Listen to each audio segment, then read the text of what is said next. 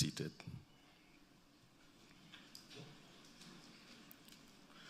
Right. The Deputy President of the Republic of Kenya, Professor Abraham Kithure Kindiki, the Chief Justice of the Republic of Kenya and President of the Supreme Court, Chief Justice Martha Koome, the Chief Justices from various countries present, the President of the East African Court of Justice, the Deputy Chief Justice of the Republic of Kenya, Deputy Chief Justice Philomena Mwilu, Honorable Judges, Magistrates, Delegates present, good morning. Or is it good afternoon? It's good morning. Let me take this opportunity to welcome all of you to this particular event. And Honorable Deputy President, this is his 22nd edition of the East African Judges and Magistrates Association, and it brings together over 500 delegates drawn from 8 countries, including Uganda, Tanzania, Burundi, Somalia, South Sudan, Zanzibar, Rwanda, and Kenya. And the theme of the conference is on the multi-door approaches to justice. Without much further ado, let me invite the President of the East African Magistrates and Judges Association, Honorable Lady Justice Umugwaneza Geraldine, to come and give her speech and also launch us into this official ceremony. Welcome, Judge.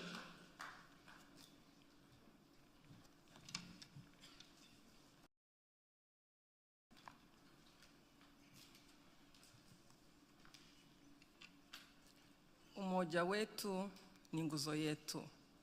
Umoja wetu, Chairperson of the Summit of the EAC Heads of State. Honorable Lady Justice Martha Koome, the Chief Justice and the President of the Supreme Court of Kenya, and the host for the 22nd IMJA Annual Conference 2025. Distinguished Chief Justices and Presidents of Courts, Deputy Chief Justices, and representatives of the Chief Justices. Honorable Judge President of the East African Court of Justice. Honorable Justices, Judges, Registrars, Magistrates, honorable guests. Allow me also to take special recognition to His Lordship Elvin Mugeta, Vice President, Regional Vice President for CMJ. What is His Lordship? Please wave to us. Also Africa, Central and Southern Africa, Lady Justice Jackie Kamau, Judge of the High Court of Kenya. Immediate past President of invited guests, all protocols observed. Good morning to you all. It is with deep honor and humility that I welcome you all to this 22nd conference. Your Excellency Vice President, allow me at the outset to extend our collective gratitude to the Republic of Kenya as a government, and in particular to the Judiciary of Kenya and the Kenya Magistrates and Judges Association for graciously hosting us here in 2025. Your hospitality and organizational excellency has provided us with a fitting environment to deliberate on matters that shape the future of justice in our region. Allow me, Your Excellency, to thank also the presidents of national associations, His Lordship Justice Mudwa, the President of KMJA, His Lordship Mutabazi Harrison, President of Lujoa, that is Rwanda, His Lordship Lady Justice Olive Kaza Rwemkwaya, President of Uganda Magistrates and Judges Association, Judge Elimo Masawe, President of Tanzania Magistrates and Judges Association, Lady Justice Hassan, President of Zanzibar Magistrates and Judges Association, and to all the council members the governing council members of IMJA that have made this conference a realization. Preparation wasn't easy, but it came to a success. Thank you so much to each one of you for your role. Allow me so, Your Excellency, to say that under the leadership of Justice Mudwa, who heads the Kenya Magistrates and Judges Association, there is somebody with the IMJA's institutional memory, a calm person, a leader, who headed the local organizing committee. That is Chief Ladido. Thank you, my Lord. Your Excellency, the 22nd conference is very special because we have delegations from 7 partner states out of 8 that make up East African community. We have 96 delegates from Uganda. They are headed by the Deputy Chief Justice, Honorable Dr. Flavian Zeija, Your Lordship. We have 104 delegates from Tanzania, headed by His Lordship, Elvin Mugeta. We have 34 delegates from Rwanda, headed by Lady Justice Isabella Kalihangabo, who is also representing the Honorable Chief Justice of Rwanda, my Lord. We have 200, I think there are even more, delegates from Kenya,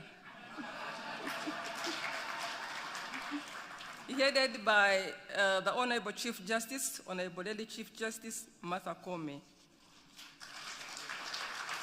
We have 2 delegates from the Republic of South Sudan, headed by the Honorable Chief Justice Benjamin, Chief Justice and President of the Supreme Court. We have 7 delegates for the first time. This is historical. From the Federal Republic of Somalia, headed by Honorable Justice. Your Excellency, in total we are about 457 judicial officers gathered here. This year's conference is historical for about 4 main reasons. Reason number 1, it's the first time that our guest of honor is, I had put the head of state, but the deputy president is also the title of the deputies, deputizing the functions of an office. So, Your Excellency, this is the first time we are having a head of state.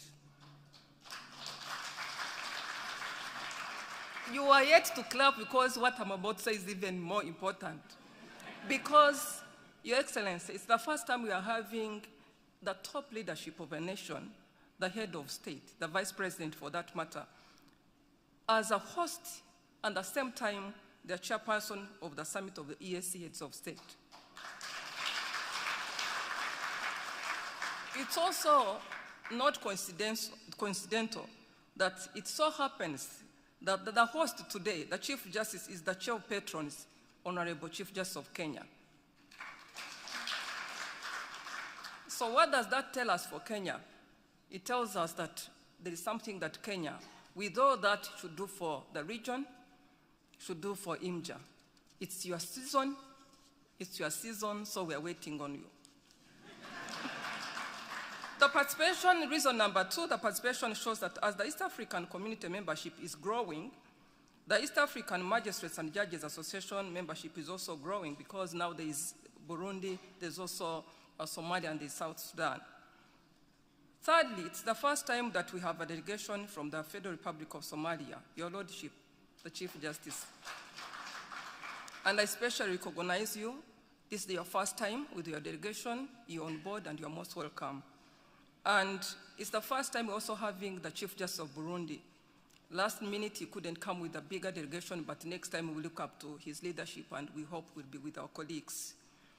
And also, Your Lordship, allow me to congratulate and recognize the presence of the Chief Justice of South Sudan. I know many of you have seen him in this forum, but when we last saw him, when we were last together, I think in the meeting in Kigali, he was a senior judge of the Supreme Court. So he became a Chief Justice later this year, and so we congratulate him and welcome him.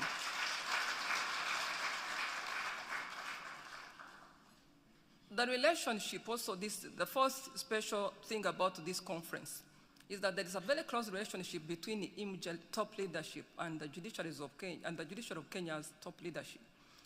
The top leadership of Kenya is headed by females. It's an all-lady top leadership. The Chief Justice and the Deputy Chief Justice. So for IMJA, I am the president, I'm a female. You can say I'm a female, right? When is the vice president of our association, please? Lady Justice Lillian, thank you. So Lady Justice Lillian is from the Republic of Tanzania and is a judge of the High Court. Will recognize you. Thank you, Vice President. Your Excellency, the gathering of judicial officers from across the East African community jurisdictions is not a professional assembly, but also a reaffirmation of the East African community's integration agenda. As judicial officers, we stand at the heart of this vision, ensuring the rule of law, justice, and human dignity remain the foundation upon which regional cooperation and integration are built. The EAC's goals of deepening political, economic, social, and cultural ties cannot be realized without strong, independent, and trusted judiciaries across all partner states. Over the past years, our association has worked tirelessly to foster dialogue, harmonize practices, and strengthen judicial cooperation. We have seen progress in cross-border jurisprudence, professional exchanges, and collective advocacy for judicial independence. But yet, challenges remain. The need to modernize our systems, manage growing caseloads, and safeguard public trust in our institutions. Your Excellency, these responsibilities remind us that justice is not merely a national duty, but it is a regional covenant. Your Excellency, in pursuit of this noble cause, during this 22nd IMJA Conference 2025, judicial officers shall deliberate on the theme, Justice Beyond Brick and Mortar, Unlocking Multi-Door Pathways for People-Centered Justice in East Africa. Discussions on this theme will offer participants an opportunity to reflect and consider alternative justice systems, such as court-annexed mediation, restorative justice, and small court claims, we think as judicial officers are more responsive and more meaningful approaches to the resolution of disputes. As we deliberate in this annual conference, let us renew our collective resolve to strengthen judicial cooperation, embrace innovation, and uphold integrity. Judicial officers, let us ensure that our courts remain pillars of trust, resilience, and justice, contributing meaningfully to the EAC Vision 2050 and the Sustainable Development Goals. Your Excellency and all judicial officers present here, we know for sure that divided we fall, united we stand, and that together we can build judiciaries that not only serve our nations, but also advance the EAC integration and prosperity of our entire region. May our discussions be fruitful, our bonds of fraternity be strengthened, and our commitment to justice be renewed. Thank you so much, your Professor Vice President. Merci beaucoup, Monsieur le Vice-Président. Asante sana, Mheshimiwa Rais. Thank you so much.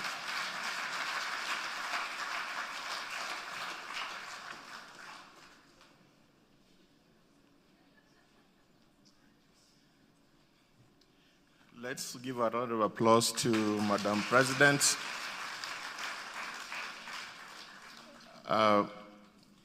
Honorable delegates, if you don't leave this Congress with anything other than the demoprudence vocabulary that Judge Joel was talking about, there are two things about Kenya you must leave knowing. One, the judiciary is under very capable leadership of female judges. The Chief Justice is female, the Deputy Chief Justice is female, the Chief Registrar of the Judiciary is female. So when you see efficiency in these processes, know that that's where it's coming from. The other thing you should know is that Kenya, I think, is probably the only country in the world that has a president and a deputy president that have PhDs. And what that means is that they have a bigger burden of history, because if they don't succeed, they must succeed. If they don't succeed, it will be the biggest statement of no confidence on education since the Enlightenment age. So they have to succeed. Ladies and gentlemen, probably Madam President was about to say, it's probably the first time that IMJI is also being opened by a professor of law. Now, it is my pleasure to invite the Deputy Chief Justice of the Republic of Kenya, Honorable Justice Philomena Mbete Mwilu, to invite the Chief Justice of the Republic, who then will invite the Chief Guest. Welcome, Judge.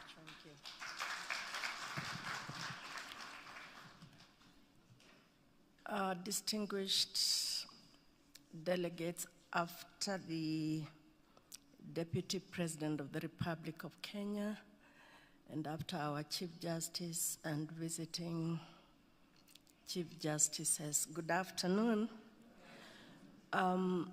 Once again, welcome to Nairobi, Kenya. Huku hakuna matata. And feel at home and don't leave on Saturday. Leave the other Saturday after you've been to Masai Mara. It's a city that is the only one that has a national park within it. So please don't be in a hurry to leave. But the reason I'm here, beyond again inviting us and making us welcome in this conference, is to ask that the Honorable the Chief Justice of the Republic of Kenya speaks to us and thereafter invites His Excellency the Deputy President, who I thought actually my president was going to say a professor of law, because really that's how we first see him before we see the Deputy President, selfishly, because he is one of us. We are here because we are lawyers. But before I call on the CJ, all of us know the reason we are here. And I hope everyone was keenly listening and following what Professor Joel Ngugi was talking to us about. And since we have another 3-4 days to digest it, let's go and digest not just what Professor said, but what all of us are going to discuss this week. And I like the way the Deputy President of Uganda put it. Those who came here and brought their system of law have now taken ours to their place, and we're still stuck on theirs. Let that work on our minds as we go on with the conference. The Honorable Chief Justice of the Republic of Kenya, it's your time to come and talk to us, please.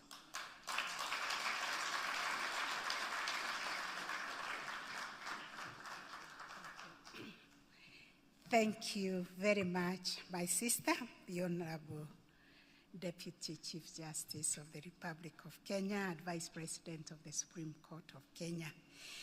Your Excellency, Professor Kithure Kindiki, our Deputy President, distinguished Chief Justices, Deputy Chief Justices, judges, judicial officers, jurists, and delegates from across the East Africa, ladies and gentlemen, a very good afternoon.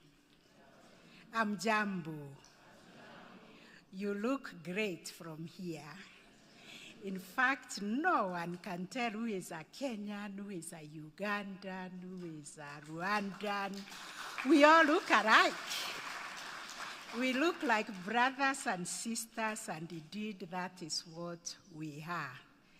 And you all look happy, or am I right? Are you happy? Are you enjoying your stay here? Are you going to extend your stay beyond Saturday?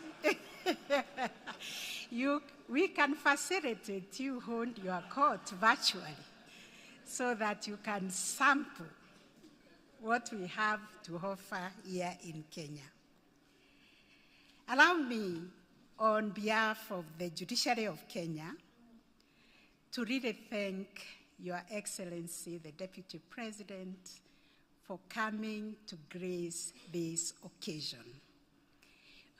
We are grateful to His Excellency, the President, because I knew personally he really wanted to come and be with us. But please convey our gratitude to him. But we also celebrate you and welcome you as one of us. One of us who has practiced law in our corridors of justice and understand the challenges we are discussing. One of us who has taught law and molded very many students in trying to see how they can navigate this terrain. So please feel welcome.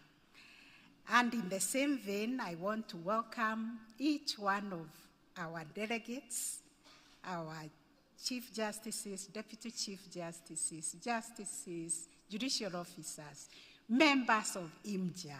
Our identity for this week is East Africans. Don't care whether I'm a Kenyan, Ugandan, we are East Africans, and that's what we pass for as we participate in our 22nd edition of the East Africa Magistrates and Judges Association Annual Conference and General Meeting 2025. We in Kenya, and on behalf of the local organizing committee that I kept checking on a daily basis, and as time went by, I think I was checking on them every hour.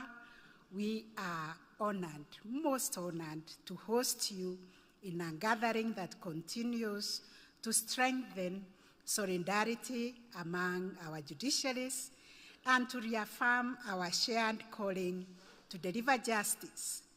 Justice that is accessible to our people, justice that is meaningful, and justice that engenders trust by our people.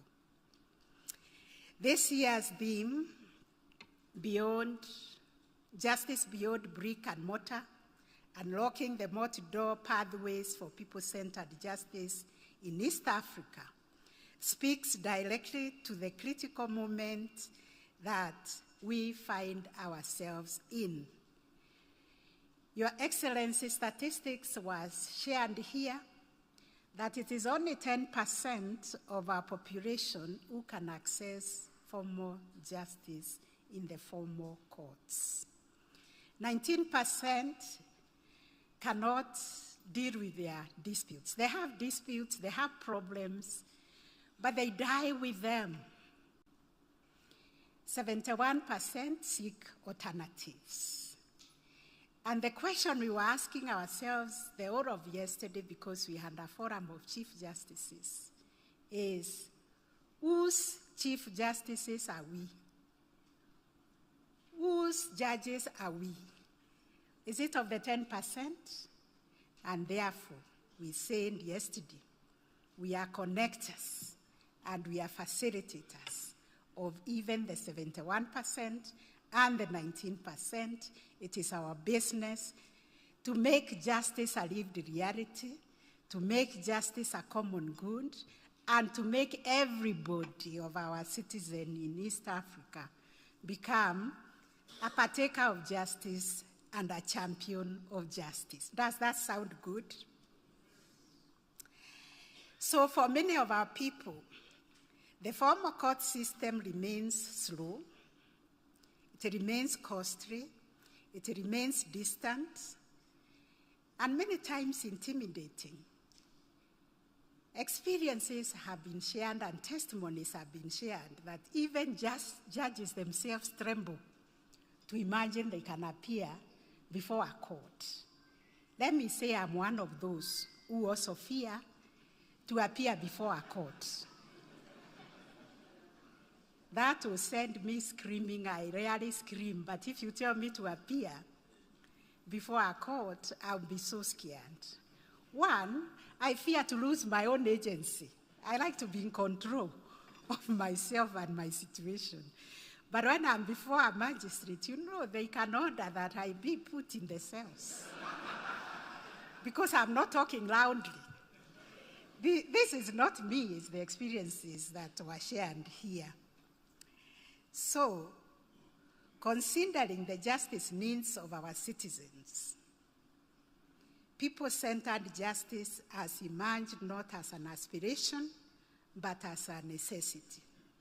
It calls upon us to shift our lens from judiciaries as the sole avenues of dispute resolution to widening and expanding access to justice through opening the multi-door pathways of justice that meet the diverse needs of our people. Through the work we have done in the region, and in particular here in Kenya, led by our indefatigable Professor Justice Joel Goge, we have come to the realization that justice is not only found in the courtrooms. Justice is found in our families, in our communities, in our marketplaces, and even in the offices where we work. And this is through the multi-door approach and pathways. So the movement toward this people-centered justice does challenge us to think not only how we deliver justice, but where, with whom, and through what means. It requires us to see justice not as a place where people go to, but as a public good that must be available in community spaces, through dialogues, through ways that enhance harmony, and through innovative mechanisms that respect culture, dignity, and agency. Your Excellency, yesterday we extrapolated this subject a lot and found that sometimes what we do, actually all the time, what we do is is designed cases. What we do as judges is designed cases. We don't resolve disputes. And this reminds us of even very complex problems that we have encountered as a society, political problems, especially determining the presidential election dispute here in Kenya. You all know we have made, I think, 4 very profound pronouncements by the Supreme Court. But what held the day was not the judicial pronouncement. It was what was decided through mediation at the mediation table, when parties came together and decided this country belongs to all of us. We all have a stake in it. Let us reason together and see how we can run this country. And therefore, we had an agreement that we called nusu mkate, or half loaf of bread. We also had an agreement through mediation that we called handshake. And now I think we have another one that we are calling broad-based. And that is great, because that is what is holding people together peacefully and working together in harmony. And those are the gains of mediation, negotiations, the alternatives. And what it tells us is that nothing is impossible to resolve through dialogue, through people talking. So we pray next time There will be no violence. There will be no maandamano. There will be no fighting. We will begin with the people sitting round the table and coming up with an agreement. Isn't that a good thing? Coming from this congregation, that we recommend people always begin with mediation, talking to one another, because after all, we are all citizens of our respective countries. We are citizens of our beloved Jumuiya, and we want peace within ourselves and across East Africa. So we are moving beyond the courtroom without abandoning the critical role the courts play, but realizing that we have to embrace multi-door approaches that bring justice closer to the people. NJS, court-annexed mediation, and special rights courts are transforming the justice experience for millions of our citizens in the region. These platforms enhance access to justice, restore relationships, empower communities, and help build trust in our judiciaries. And our judiciaries then become partners in addressing the daily struggles of our citizens. Kenya's justice experience under our blueprint, the social transformation through access to justice, underscores the importance of people-centered justice.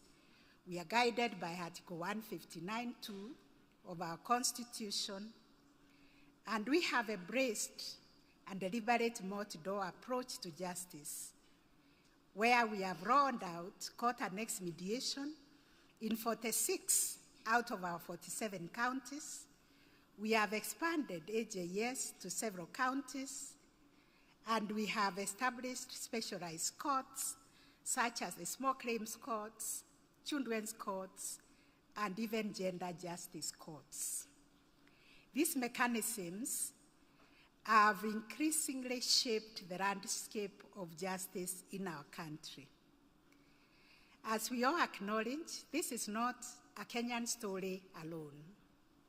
We have walked this journey as a region, and this is the story for our region, that this conference is going to deepen. Indeed, each of our countries is walking their own path towards people-centered justice, but our challenges and opportunities are strikingly similar. We have legislative challenges, because I heard this from this morning's panel discussion. We have resource constraints. We discussed this as the Chief Justice's Forum. And we have community engagement gaps and capacity limitations, especially because we have to continue printing and persuading our brothers and sisters, practicing advocates, the need for investing in the multi-door approach because of our training that is adversarial. We have also to see how this investment can be anchored in technology, and we can cascade the training on especially the principles of fair trial to every tribunal, to every ukumbi, that's what we call our community dispute resolution centers, and to every avenue, because you know the colonialists who came and declared our systems repugnant to justice and morality is because they said we have not embraced what they understood to be fair trial, respect for human rights. Now we are telling them in Kenya those are constitutional imperatives. Every tribunal dealing with AJS must embrace those constitutional imperatives of inclusivity. We must include everybody in every ukumbi. We must also observe the principles of fair trial and ensure the agreements that we enter into Everybody has been heard, it has been signed, and when they are brought to court, we have opened up our rules of procedure to allow these private agreements to become orders of the court. I think you should clap for that, because that was the missing link, even from this morning's panel. The panelists wondered what would happen to those privately entered into mediation agreements other than the ones coming through the court and annexed mediation. We've been able to crack that in Kenya by allowing within our rules of procedure, and we are getting a lot of those agreements from the private sector, especially the banking sector. So we have a shared commitment to refine and strengthen this multi-door approach to justice across our region. And this includes supporting jurisdictions whose AJS, mediation, and specialized court systems have moved from the nascent stage, and we have something to share and learn from each other, ensuring that we work together in laying the foundations for people-centered justice. So, Your Excellency, my lords, my ladies, colleagues, as we begin this conference, I invite us all to approach each of our session with openness to learning, a willingness to interrogate our assumptions, and a shared sense of responsibility to ensure that justice becomes not only available, but truly accessible. As judges and judicial officers, we occupy a unique place in our societies because we are custodians of justice, guardians of constitutionalism, and interpreters of this social contract. Importantly, we build bridges between the law and the people, between the rights and the remedies, and between the institutions and communities. The shift towards people-centered justice demands that we adopt this broader identity with courage and imagination. It challenges us to design processes so that our justice system bends towards the realities of ordinary lives rather than requiring ordinary lives to bend towards the rigidities of our systems. And in conclusion, I want to remind us that our people will not judge our justice system just because of the number of judgments written, but also by the fairness, speed, dignity, responsiveness, and humanity of the justice that they experience. May this conference strengthen our resolve to build justice systems that respond to the needs of our people, for us to build systems that are trusted because they can reason, they can be accessible, and because they innovate and are legitimate, and they deliver justice that is felt by the people. Our deliberation in this conference will be enriching, and may our collective commitment move us further along the path of truly people-centered justice.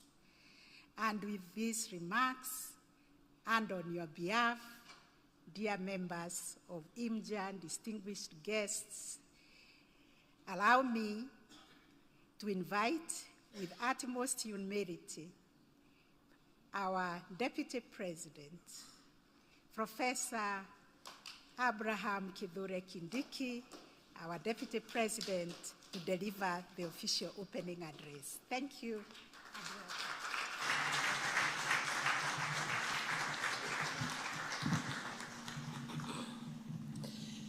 Thank you very much, my Lady Chief Justice Martha Koome. Please be seated.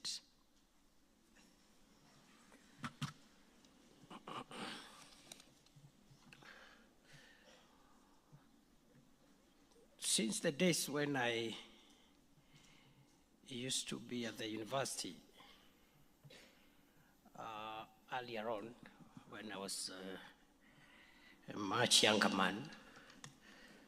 I loved to speak without reference to notes, but it gives you better clarity. But it will allow me at some point to make references to notes for two reasons. One, I'm before very esteemed judicial officers, judges, and magistrates, so I have to be careful what I say.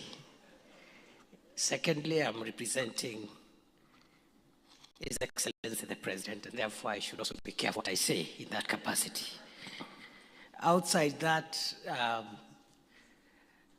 I like exercising my mind freely, and my lady Chief Justice and all protocols observed,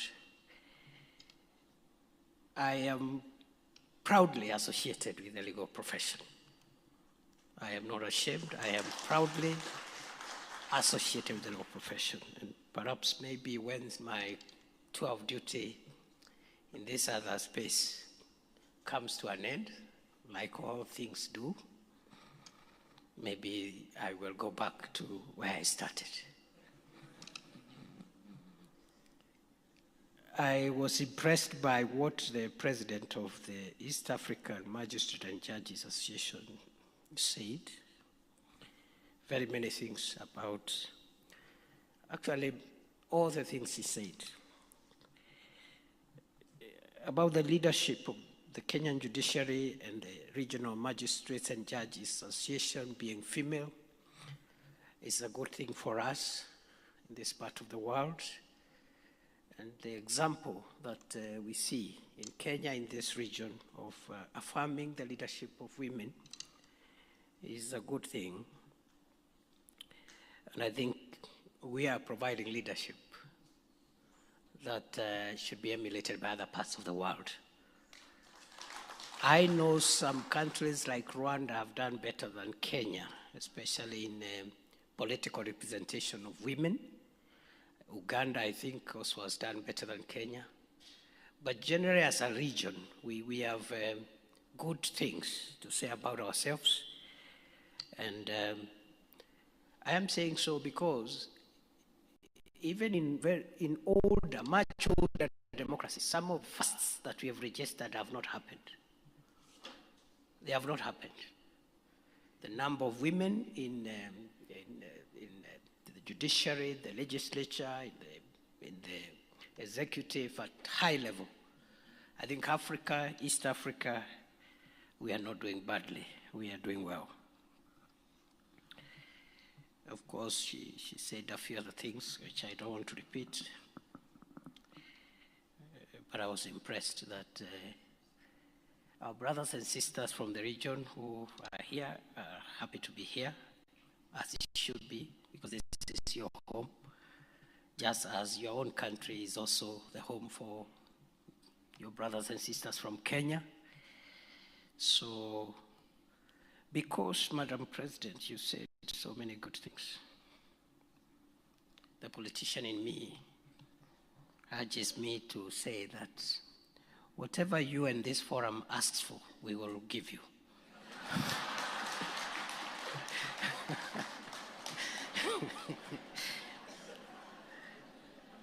I am delighted to join you here at the 2025 East African Magistrates and Judges Association Conference, a gathering that brings together the region's judicial minds and justice reform champions. This annual regional forum is a collective reaffirmation of our shared conviction that justice is the lifeblood of both national development and regional integration. This year's theme, Justice Beyond Brick and Mortar, Unlocking Multi-Door Pathways for People-Centered Justice in East Africa, reflects a powerful and timely shift in thinking about justice reforms, that justice must evolve, expand, and adapt if it is to meet the needs of our citizens in an era defined by rapid economic change, demographic transformation, and the deepening of regional ties. Across East Africa, too many of our people still experience formal courts as distant, slow, costly, or intimidating spaces. Even the Chief Justice has admitted here that we are all intimidated. Even those of us who are lawyers and judges, the courtroom disorients us. How much so for the citizen who is pursuing some issue, and they are from a corner there, and this is their first experience before a judge or a magistrate.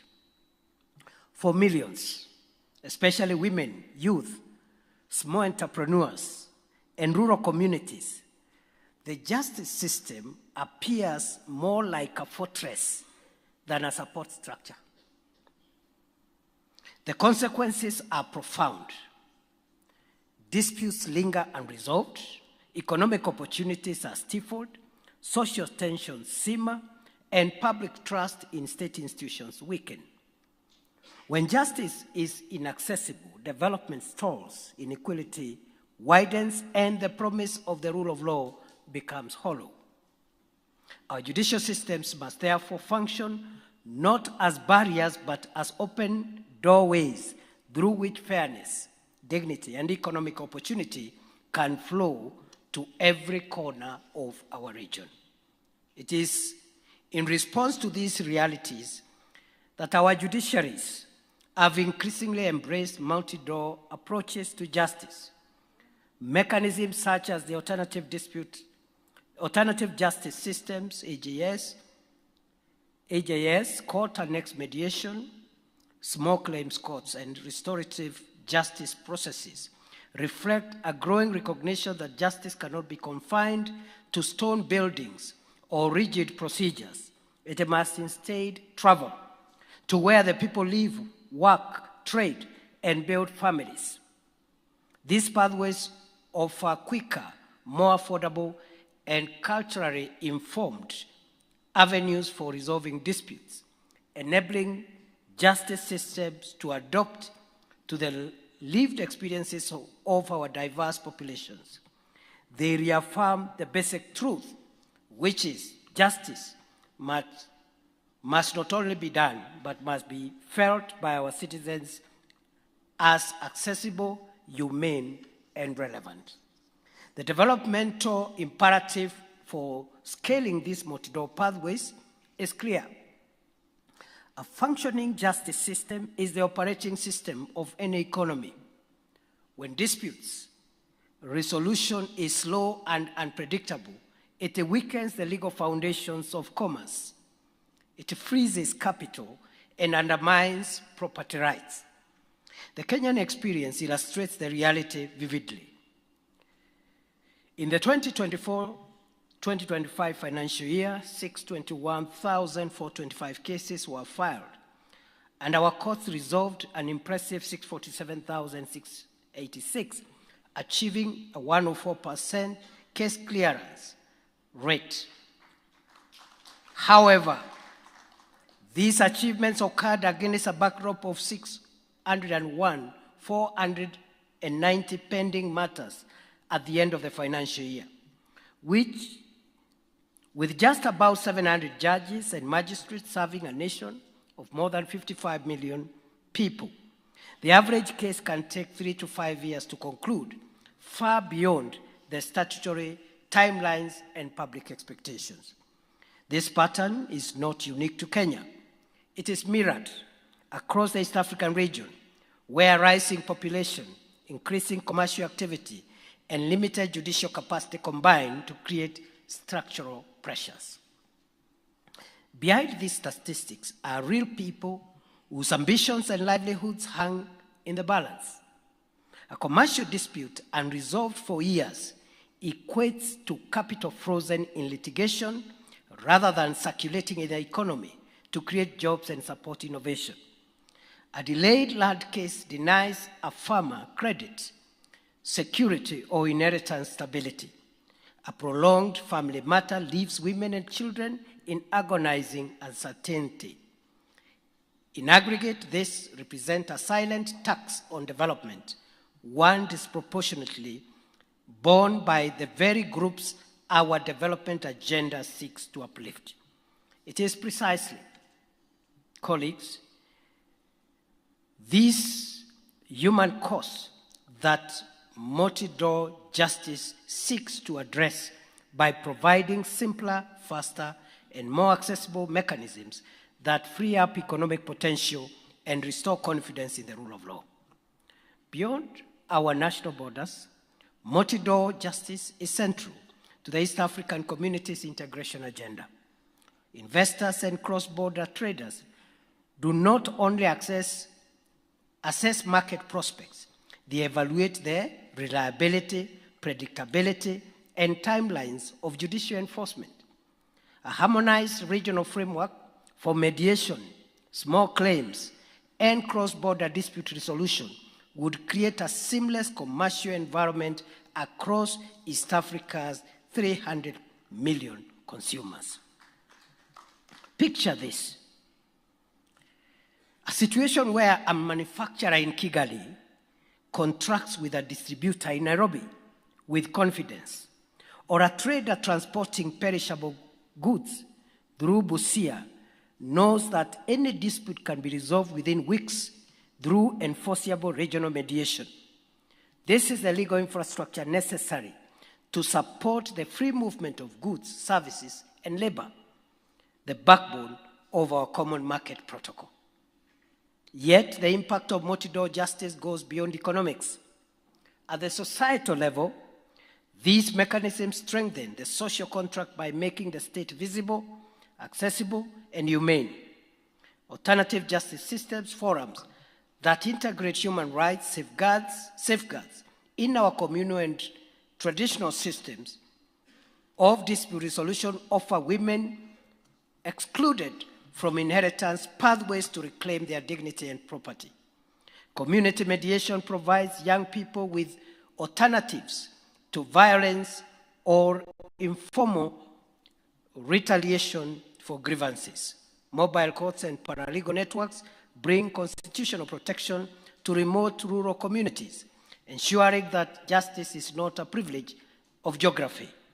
These interventions are particularly essential as part of our peace-building initiative within this region. The transition toward people-centered justice also aligns with our global commitments, particularly Sustainable Development Goal number 16, which calls on us to build peaceful, inclusive societies anchored in effective, accountable, and accessible institutions. Without fair and timely dispute resolution, progress on the other SDGs, whether in health, education, gender, equality, or poverty reduction, remains fragile. It is for this reason that it is often recognized that justice is the bedrock upon which all the other social and economic gains rest. At the same time, as we expand these alternative pathways, we must also uphold safeguards to ensure that expediency never substitutes for fairness. Gender-sensitive guidelines, human rights protections, appellate pathways, and constitutional guardrails must form the backbone of all multi-door justice initiatives. For this transformative agenda to take root, we must move deliberately from innovation to institutionalization. Pilots, however successful, remain limited to reach unless they are embedded into law practice and judicial training, budgeting processes, and administrative culture. Our governments and judiciaries ought to establish dedicated funding streams to these initiatives as a demonstration of our determination to give these pathways a permanent home within the justice system. This will be an affirmation of our sovereign commitment to our people as East African nations that we are determined to strengthen justice as a public good. Kenya stands ready to work hand in hand with all judiciaries across the region to bring these commitments to life. We firmly believe that hard working together, harnessing and sharing our experiences, we can build judicial systems that listen to our citizens, represent their dignity, and deliver justice fairly and expeditiously. Ultimately, the future we envision for East Africa is not only about expanding markets, building highways, or deepening intergovernmental relations. It's about cultivating shared values anchored in fairness, dignity, and institutional integrity. Justice is the glue that binds societies and the foundation on which peaceful, prosperous, and united communities are built. By embracing multi-law justice, we transform our judiciaries from bottlenecks into accelerators of progress, from distant arbiters into community partners, and from symbols of exclusion into instruments of inclusion. This is the justice that traders need to advance commerce, that women need to secure equality, that youth need to imagine peaceful futures, and that our region needs to realize the aspirations of shared prosperity. This is the development dividend. It is within our reach, and it will be achieved if we turn the outcome of this year's conference into a decisive regional action.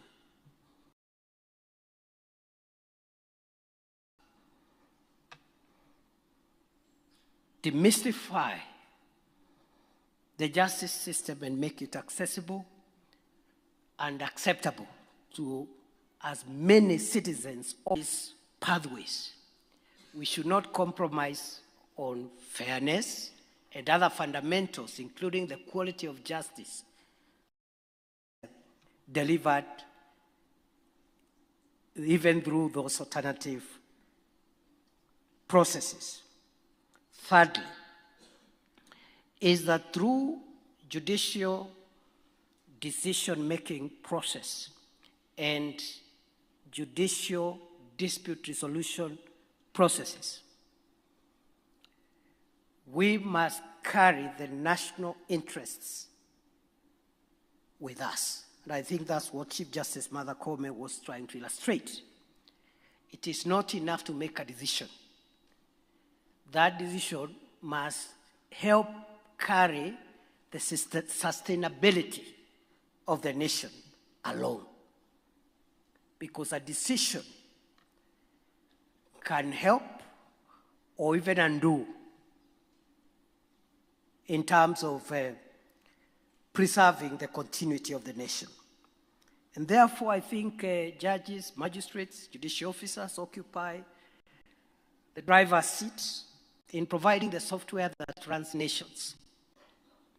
You can build roads, connect people with electricity, build airports like we want to do, because we have realized we are doing well in many things, but we don't have a good airport. So in the next 2 months, we are starting to build a modern airport, because the one that exists there was built by our forefathers. Next time you come in Nairobi, you'll find something different. So, but you can do all that, but all that infrastructure, including the expressways, can be undermined by the fragility that comes with certain national interests being overstretched. So things like national security, things like national cohesion, and I dare say things like justice and fairness may not be infrastructure, but they are good software upon which the foundation of our respective nations is built. So as a judicial officer, you are expected, therefore, to contextualize your decision in the manner and style of incorporating national interests, so to speak. And therefore, because today is not my day, let me wish you well as you interpret your very, very, very central mandate in the survival of our countries please help us to sustain our nations. And I think the inherent quest for any people, for any society, is survival and sustainability. And from where I sit, many nations today are struggling with survival and sustainability. They are not sure that 50, 100, 200 years, the society will still be there and moving on. And that's where the struggle is, and that's where the anxiety, the insecurity is coming from. And lastly, even as we contextualize this national interest, we must also zero in to what is it at the individual level that provides either security or insecurity of the human being. Because, in my view, what we all aspire for is freedom from fear that someone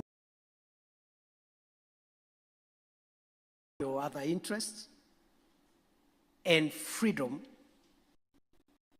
from want. I have challenged colleagues in the legal profession, including judges, that we've come a long way and we've made huge progress in asserting the place of human liberty. We've come a long way in asserting the place of women. If you compare where East Africa and Africa is today and 30 years ago, we have made good progress in terms of asserting the place of women, creating equality, and protecting vulnerable sections of our society. But only insofar as these groups and individuals are protected from harm. Trying to provide security from them so that they don't fear for their lives and well-being. Where we have not done much is to assert the place of individuals, communities, to be free from want. And therefore, as you look at your Bill of Rights, just look at it again. As you look at the constitution of your country, look at it again. You will find we've concentrated a lot on the liberties that give the autonomy of the individual in terms of expressing themselves and associating and moving from one place to another. But I challenge you to consider that equally important, especially for Africa and the developing world, is the need to liberate the individual from the insecurities around poverty. And therefore, socioeconomic empowerment should go hand in hand with civil, political, and democratic empowerment. And lastly, Africa, East Africa, and Kenya is no exception, still suffers from identity issues. And we are yet to canvass and aggregate our interests as individuals, communities, and nations to other equally important things than just identity. There's community, there's religion. And many of the African countries, and I'm not naming any, that are not doing so well as they should be doing is because of the pullback by issues around identity. I want to challenge you as thought leaders and the conveyors of justice to start helping us in your decisions, in your philosophy, in your lawmaking and interpretation process on how we can balance these very difficult issues around identity with equally more important priorities like interests. In other words, an average African citizen, what is more important? Is it the language they speak, the mother tongue they speak? Or is it the life-sustaining prosperity issues that we should embrace to empower that person? In other words, many of our countries are struggling because of these issues around identity, ethnic, religious. And we've spent a lot of time trying to defeat those vices, and we should continue. But equally important, as judges, magistrates, thought leaders, help us to start conversing how we can create new identities, not around ethnicity and religion and language, but we can create new identities around interests. Ask yourself, what is the common problem of a citizen in Kenya, Rwanda, Burundi, Somalia? It is the survival of that person and economic interests. And therefore, you will discover, for example, a citizen in Tanzania has a greater interest in customers in Burundi who buy what they have than the immediate neighbor who has the same products that they produce. I'm just giving that hypothetically. But the point is, your neighbor and your best ally as you look for empowerment as an individual, as a citizen, is not the person who speaks your language next door, who produces the same bananas that you grow in your farm. It is the person who buys that banana in the next community, in the next country. And so this idea around creating a good market in this region, judges and magistrates should help us form new identities. We have lived for a long time worshiping the identities we inherited, and the borders, we can create new ones. And I think we are almost there, because I've heard here, we've sung the East African anthem, we've also sung, I've also seen the flag, the East African flag, and these are some of the things that create new communities. You may want to read a book as I end by Benedict Anderson. The book is called Imagined Societies. And the core argument in that book is that societies are abstract entities. They are imagined. Communities and societies are actually abstract. What we call our nations today have existed because of a number of things. The first symbol is the map. That map is what describes your country. From here, this coordinate to the other, and everybody inside that space feels they belong there. But it's just the coordinates, geography. The next symbol is the flag. You have one flag. You live in the same geographically defined area. You have one anthem. Without some of this, that identity will not be there. So the argument is, as we struggle with the East African integration issues and creating a new identity as East Africans and possibly as Africans through initiatives like the African Continental Free Trade Area and others, the things that the founders of our countries had foreseen, but we've been unable to unlock that potential. Judges and magistrates as thought leaders should help us create new identities. And even before we go to Africa as a whole, let us create a new identity for East African community. I like what Chief Justice Koome said, that looking at the audience, nobody will imagine that the people, the distinguished dignitaries standing or sitting in front of me, nobody will imagine that they come from different countries. They look alike, they are sitting alike, they are wearing alike, isn't it? So some of these things are imaginary, and therefore judges and magistrates, good luck, and do more of these things. This is an annual meeting. I don't know whether it should also take the form of a colloquium, so that you don't just have the national colloquia, you also have colloquia. You also have a regional colloquium where people can think through some of these things and try and create new identities and define new thinking that can be implemented by policymakers and define a new Africa, a new East African community. Thank you very much. God bless you with those many remarks.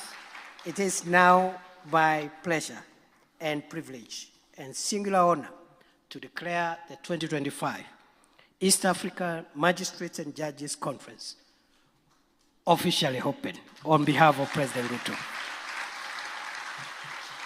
Thank you very much, and God bless you.